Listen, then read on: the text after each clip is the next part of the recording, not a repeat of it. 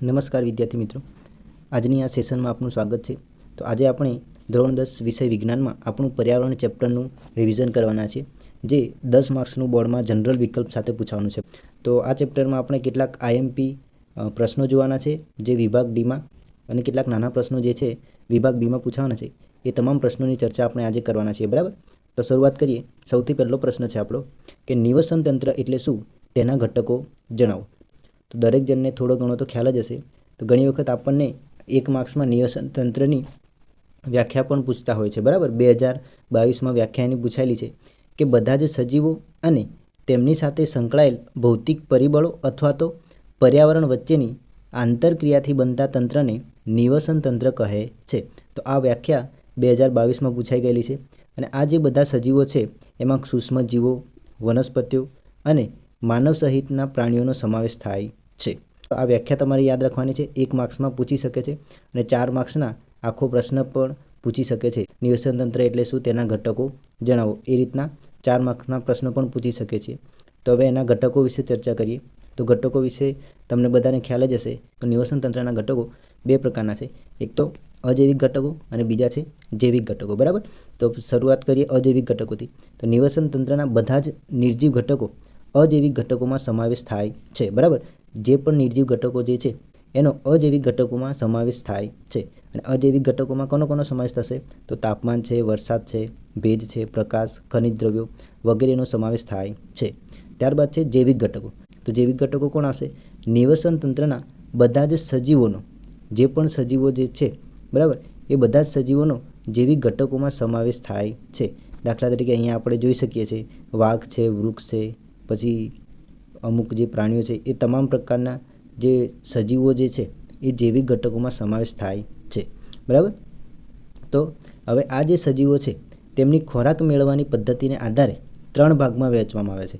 કયા કયા ભાગ, તો ઉત્પાદકો, ઉપભોગ્યો અને વિઘટકોના સમૂહમાં વહેંચવામાં આવે છે। સૌથી પહેલાં તો આપણે ઉત્પાદકો જોઈએ। તો ઉત્પાદકો એટલે સીધી સરળ ભાષામાં કેવું હોય કે જે સજીવો પોતાનો ખોરાક જાતે બનાવતા હોય, બરાબર। પ્રકાશ સંશ્લેષણ ક્રિયાનો ઉપયોગ કરી જે સજીવો પોતાનો ખોરાક જાતે બનાવે છે તેમને આપણે ઉત્પાદકો કહીએ છીએ। તો થોડી વ્યવસ્થિત વ્યાખ્યા કે આ સજીવો સૂર્યપ્રકાશ તેમજ ક્લોરોફિલની હાજરીમાં અકાર્બનિક પદાર્થોમાંથી શર્કરા અને સ્ટાર્ચ જેવા કાર્બનિક પદાર્થોનું નિર્માણ કરે છે। કે આ જે ઉત્પાદકો જે છે એ સૂર્યપ્રકાશ અને ક્લોરોફિલની હાજરીમાં શું કરે છે, તો અકાર્બનિક જે પદાર્થો છે એમાંથી સ્ટાર્ચ છે, શર્કરા જેવા કાર્બનિક પદાર્થોનું નિર્માણ કરે છે। તો આમાં ઉદાહરણ તરીકે કોણ આવશે, તો કેટલાક પ્રકાશ સંશ્લેષી બેક્ટેરિયા, વિવિધ પ્રકારની લીલ અને બધી જ લીલી વનસ્પતિઓ ઉત્પાદકો તરીકે વર્તે છે। ત્યારબાદ છે ઉપભોગ્યો। તો ઉપભોગ્યો કોને કહીશું, તો જે સજીવો ખોરાક માટે પ્રત્યક્ષ કે પરોક્ષ રીતે ઉત્પાદકો પર આધારિત હોય તેમને ઉપભોગ્યો કે ઉપભોક્તાઓ કહે છે। દાખલા તરીકે ક્લોરોફિલ વિહીન અને વિષમપોષી સજીવો। તો દાખલા તરીકે આપણે જે મનુષ્ય જે છીએ એ ક્લોરોફિલ વિહીન છે, તો આપણે શું કરીએ છીએ, ઉત્પાદકો પર આધાર રાખીએ છીએ, બરાબર। આપણે ખોરાક માટે વનસ્પતિઓ પર આધાર રાખીએ છીએ, ખ્યાલ આવી ગયો। એટલે કે આપણે એક પ્રકારના વિષમપોષી સજીવો છીએ। ઉપભોગ્યો કયા કયા પ્રકારના હોઈ શકે, તો તૃણાહારી પણ હોઈ શકે, માંસાહારી હોઈ શકે, સર્વાહારી હોઈ શકે, પરોપજીવીઓ હોઈ શકે, બરાબર। એની આપણે ડિટેલમાં ચર્ચા આગળ કરીશું।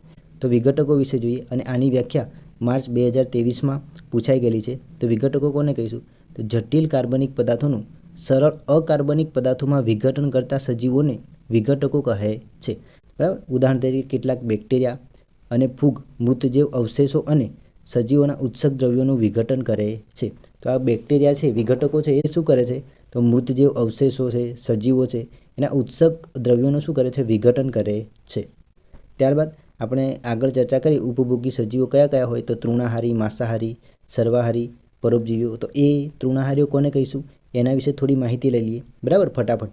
તો આ બધું તમારે જો 4 માર્ક્સમાં પૂછાય, બરાબર, તો તમારે આટલા સુધી લખવાનું છે, વિઘટકો સુધી, બરાબર। પણ વધારાનું જો પૂછાય કે તૃણાહારી કોને કહેવાય, માંસાહારી કોને કહેવાય, ત્યારે જ આ લખવાનું છે। એટલે આ થોડી એક્સ્ટ્રા માહિતી છે। તો જોઈએ તૃણાહારી વિશે। પ્રથમ ક્રમના ઉપભોગ્યો તરીકે પણ ઓળખવામાં આવે છે। તો તેઓ કોણ હશે, તો તેઓ લીલી વનસ્પતિઓનો ખોરાક તરીકે ઉપયોગ કરે છે। એટલે કે જે માત્ર લીલી વનસ્પતિઓનો ખોરાક તરીકે ઉપયોગ કરે એને શું કહેવામાં આવે છે, તૃણાહારી પ્રાણીઓ કહેવામાં આવે છે। ઉદાહરણ તરીકે ગાય છે, હરણ છે વગેરે।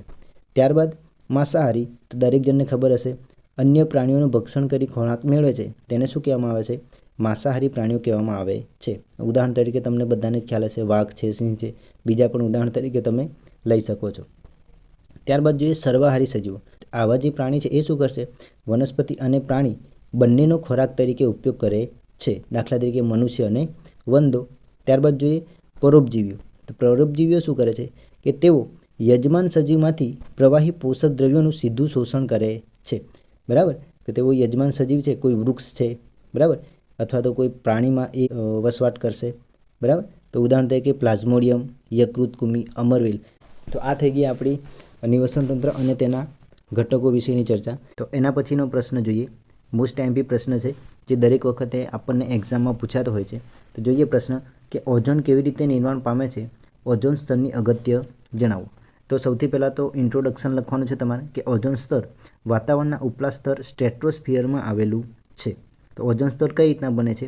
તો ઓઝોનનો અણુ ઓક્સિજનના 3 પરમાણુઓ જોડાઈને બને છે. ઓક્સિજનના 3 પરમાણુઓ જ્યારે જોડાશે ત્યારે કોનું નિર્માણ થાય છે? તો ઓઝોનનું નિર્માણ થાય છે. તો ઓક્સિજનનો અણુ, વાતાવરણમાં જે ઓક્સિજનનો અણુ જે છે એના પર પારજાંબલી વિકિરણોની અસરથી ઓઝોન બને છે. પારજાંબલી વિકિરણો જે સૂર્યમાંથી આવે છે એની અસરથી ઓઝોન બને છે. તો એની નિર્માણની પ્રક્રિયા જોઈ લઈએ. તો ઊંચી ઉર્જાવાળા પારજાંબલી વિકિરણો ઓક્સિજન અણુઓનું વિઘટન કરી સ્વતંત્ર ઓક્સિજન પરમાણુ બનાવે છે. એટલે કે વાતાવરણમાં જે O2 રહેલો છે, ઓક્સિજન રહેલો છે, એના ઉપર પારજાંબલી વિકિરણો જે છે એ શું કરે છે? ઓક્સિજન અણુઓનું વિઘટન કરે છે અને સ્વતંત્ર ઓક્સિજન અણુનું નિર્માણ કરે છે. હવે આ જે સ્વતંત્ર ઓક્સિજન પરમાણુઓ છે, બરાબર, એ શું કરશે? વાતાવરણમાં જે ઓક્સિજન અણુ રહેલો છે એની સાથે સંયોજાઈને ઓઝોનનો અણુ બનાવે છે. એટલે કે સ્વતંત્ર ઓક્સિજન પરમાણુ હતો એ વાતાવરણમાં રહેલા O2 સાથે જોડાઈને ઓક્સિજનનો 3 અણુવાળો ઓઝોન બનાવે છે. હવે આપણે ઓઝોન સ્તરનું અગત્ય શું છે એ જોઈએ કે સૂર્યમાંથી આવતા પારજાંબલી વિકિરણો સામે પૃથ્વીની ફરતે રક્ષણાત્મક આવરણ બનાવે છે. બરાબર, તો આ જે ઓઝોન સ્તર એ શું કરે છે? સૂર્યમાંથી આવતા જે પારજાંબલી વિકિરણો છે એની સામે પૃથ્વીની ફરતે રક્ષણાત્મક આવરણ બનાવે છે. તો ઓઝોન સ્તર સજીવ માટે હાનિકારક ટૂંકી લંબાઈ ધરાવતા પારજાંબલી વિકિરણોનું શોષણ કરે છે. કે જે સૂર્યમાંથી પારજાંબલી વિકિરણો આવે છે એનું શોષણ કરવાનું કામ કોણ કરે છે? તો ઓઝોન સ્તર કરે છે. બરાબર, આમ પૃથ્વી પરના સજીવોનું શું કરે છે? તો એ રક્ષણ કરે છે. પૃથ્વી પરના જે પણ સજીવો છે એનું રક્ષણ કરવાનું કાર્ય કરે છે.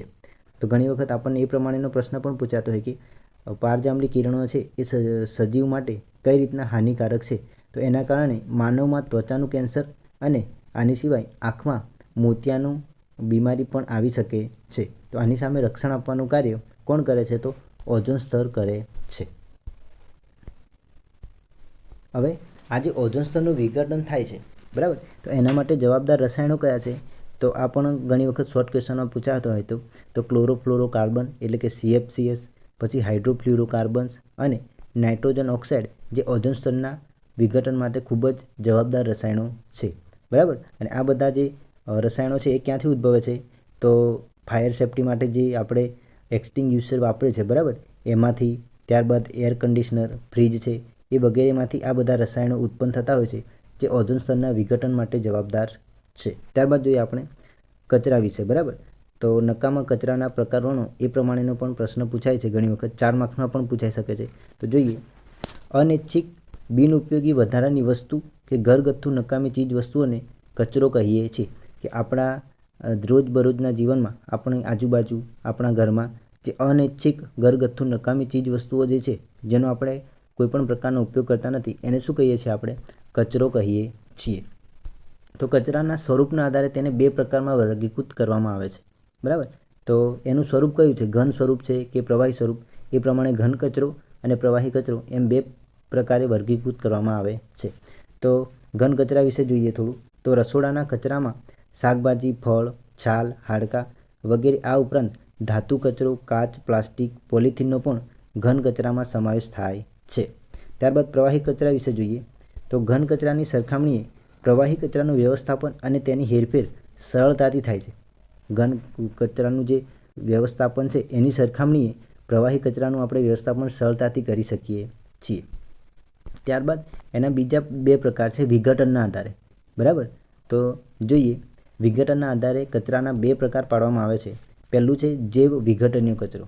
બરાબર. તો ઘણી વખત તમને જૈવ વિઘટનીય કચરો અને જૈવ અવિઘટનીય કચરો તફાવત સ્વરૂપે 2 માર્ક્સમાં પૂછાય છે, તો આ તમારે તફાવતમાં પણ આ જ લખવાનું છે. તો જોઈએ, જે કચરો જૈવિક પ્રક્રિયા વડે એટલે કે જીવાણુઓ કે મૃતજીવો દ્વારા વિઘટન કરી શકાય તેને જૈવ વિઘટનીય કચરો કહે છે. જો આટલું મોટું યાદ ના રહે તો તમે એટલું લખી શકો છો કે જે કચરો જૈવિક પ્રક્રિયાઓ વડે વિઘટન કરી શકાય તેને જૈવ વિઘટનીય કચરો કહે છે. દાખલા તરીકે શાકભાજી, ફળ, કાગળ એવા ઘણા અન્ય ઉદાહરણો છે જેને તમે જૈવ વિઘટનીય કચરામાં સમાવેશ કરી શકો છો. ત્યારબાદ જોઈએ જૈવ અવિઘટનીય કચરો. બરાબર. જૈવ અવિઘટનીય કચરો કોને કહેવાય? તો સેમ ટુ સેમ વ્યાખ્યા હશે, પણ આમાં જૈવિક પ્રક્રિયાઓ વડે એ કચરાનું વિઘટન કરી શકાય નહીં. તો થોડી વ્યવસ્થિત વ્યાખ્યા જોઈએ. જે કચરાનું જૈવિક પ્રક્રિયા એટલે કે જીવાણુ કે મૃતજીવીઓ દ્વારા વિઘટન કરી ન શકાય તેને જૈવ અવિઘટનીય કચરો કહે છે. બરાબર. કે એવો જે કચરો કે જેના પર જૈવિક પ્રક્રિયા દ્વારા પણ એનું વિઘટન કરી શકાતું નથી, તો તેને જૈવ અવિઘટનીય કચરો કહે છે. અને આ પ્રકારના જે પદાર્થો છે એના પર તાપમાન અને દબાણની અસર થાય છે, પરંતુ લાંબો સમય પર્યાવરણમાં મૂળ સ્વરૂપમાં જ રહે છે. જો તેને પર્યાવરણમાં એટલે કે જમીનમાં દટાઈ જાય, પ્લાસ્ટિક છે દાખલા તરીકે ઉદાહરણ લઈએ પ્લાસ્ટિક, તો એના પર દબાણ અને તાપમાનની અસર તો થાય છે, પણ ઘણા સમય પછી પણ એને બહાર કાઢીશું ને તો એ એના મૂળ સ્વરૂપમાં જ જોવા મળે છે. દાખલા તરીકે કાચ છે, પ્લાસ્ટિક છે, પોલિથીન છે, ધાતુ છે વગેરે. બરાબર. તો આ કચરાના પ્રકારમાં તમારે આ વસ્તુ યાદ રાખવાનું છે. પહેલાં તો એના સ્વરૂપના આધારે પ્રકારો ઘન કચરો અને પ્રવાહી કચરો, ત્યારબાદ વિઘટનના આધારે જૈવ વિઘટનીય કચરો અને જૈવ અવિઘટનીય કચરો તમારે યાદ રાખવાનું છે. ઘણી વખત તમને જૈવ વિઘટનીય અને અવિઘટનીય વિશે તફાવત પણ પૂછી શકે છે, તો તમારે આ જ લખવાનું છે. બરાબર. તફાવત સ્વરૂપે. હવે આપણે જોઈએ આહાર શૃંખલા અને પોષક સ્તરો સમજાવો. એ પ્રમાણેનો પ્રશ્ન પૂછાઈ શકે છે. તો જોઈએ આહાર શૃંખલા કોને કહેવાય?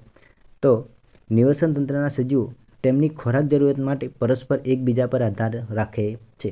દરેક જે નિવસન તંત્રના સજીવો છે એ ખોરાક માટે એકબીજા પર આધાર રાખે છે. બરાબર. આપણે જે છે એ પ્રાણીઓ પર આધાર રાખીએ છીએ, ઉત્પાદકો એટલે કે લીલી વનસ્પતિ પર આધાર રાખે છે. એ જ રીતના દરેક જે નિવસન તંત્રના સજીવો છે એ ખોરાક માટે ક્યાંક ને ક્યાંક એકબીજા પર આધાર રાખતા હોય છે. ક્રમિક રીતે એકબીજા પર ખોરાક માટે આધાર રાખતા સજીવો આહાર શૃંખલાની રચના કરે છે. આના કારણે જે ક્રમિક રીતે એકબીજા પર આધાર રાખે છે એ જે સજીવો છે એ કોની રચના કરે છે? આહાર શૃંખલાની રચના કરે છે. અને આહાર શૃંખલા સામાન્ય રીતે 3 અથવા 4 ચરણની હોય છે. બરાબર. આ જે આહાર શૃંખલા છે એ સામાન્ય રીતે 3 અથવા 4 ચરણની હોય છે. આપણે એક આહાર શૃંખલાનું ઉદાહરણ લીધું છે. ઘાસ છે, ઘાસને કોણ ખાશે? તો તીડ, તીડને કોણ ખાશે? તો દેડકો, દેડકાને સાપ અને સાપને સમડી. તો આ એક પ્રકારની શું છે? આહાર શૃંખલા જોવા મળે છે કે જેમાં દરેક સજીવો ખોરાક માટે બીજા પર આધાર રાખે છે અને એના કારણે એક શૃંખલા જેવી રચના બને છે. અને એ શૃંખલાને આપણે શું કહીશું? આહાર શૃંખલા કહેવામાં આવે છે. ત્યારબાદ જોઈએ પોષક સ્તરો. બરાબર. તો આહાર શૃંખલાના જે દરેક ચરણ છે, કડી, બરાબર, એ પોષક સ્તરની રચના કરે છે. આ જે દરેક સ્તરો છે અહીંયા, આ જે દરેક સ્તરો છે એ કોની રચના કરે છે? તો પોષક સ્તરોની રચના કરે છે.